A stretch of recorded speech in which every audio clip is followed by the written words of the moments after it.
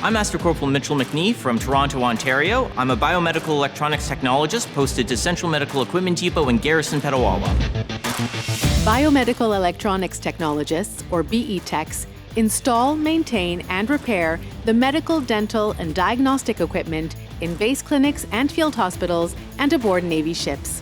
What we do ensures that medical care can be delivered to our soldiers and men and women in uniform when it's required most. You'll work on everything from SpO2 finger probes to large X-ray machines to oxygen generators that you require a forklift to actually lift, move, and put in place. You're repairing technology that actually helps people.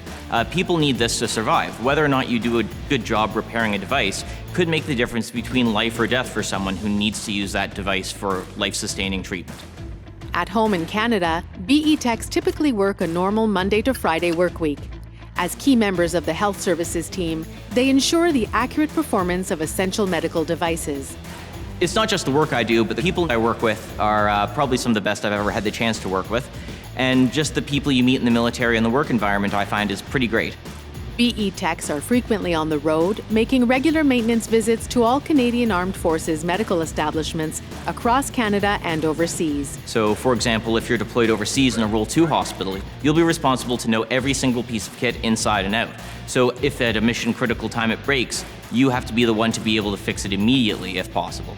One of the big differences, too, with our trade is if you were working for, say, Acme Biomedical, you might be only working on ventilators or anesthesia machines, where in our trade you have to know literally every single piece of kit in the military. You don't have the opportunity to be pigeonholed into one set or type of equipment. You have to be able to know everything and think on your feet, which is, I think, a major difference, is just the variety that we get versus the civilian side. One of the coolest things about being a biomedical electronics tech for the military versus civilian side is I would have never gotten to fire a rocket launcher working for Toronto General Hospital, and I have in the military. I got to go to Iraq for 40 days to the base in Erbil as we were closing out our Role 2 hospital, and I had an absolute blast. It was a great time. I've also had the opportunity to go to Alert Nunavut, which is the very tippy top of Canada. And I had the opportunity to stand on the most northern shore of the country and be the most northern person in the country for at least 5 minutes, which was pretty cool.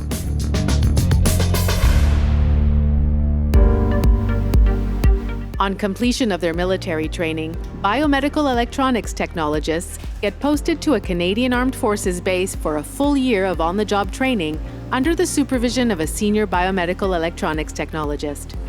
In your first year as a biomedical electronics tech, you'll be expected to complete your 1-year on-the-job training package. This training package has a checklist of different types and pieces of equipment and procedures that you have to complete in order to be trusted to fix biomedical technology for the Canadian Armed Forces.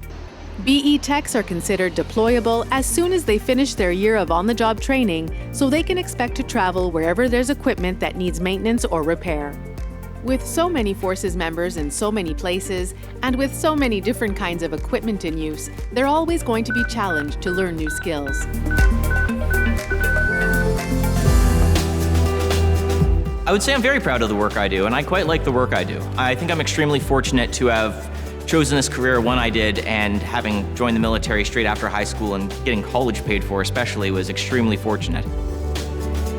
I've had opportunities that I can certainly say I would have never gotten in civilian life if I were working at a major hospital or a major medical equipment company. I've had the opportunity to run navigation exercises for medical specialists at one Canadian field hospital, and had the opportunity to practice my supervisory and public speaking skills, where I might never get a chance to do so if I were working on the civilian side.